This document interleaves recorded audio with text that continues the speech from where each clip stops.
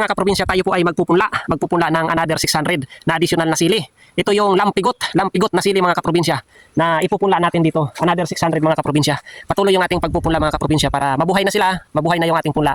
At para pagdating ng pwede na natin i-transfer, tanim ng tanim tayo mga kaprobinsya. So tara, samahan nyo akong magpunla mga kaprobinsya dito. Ayan.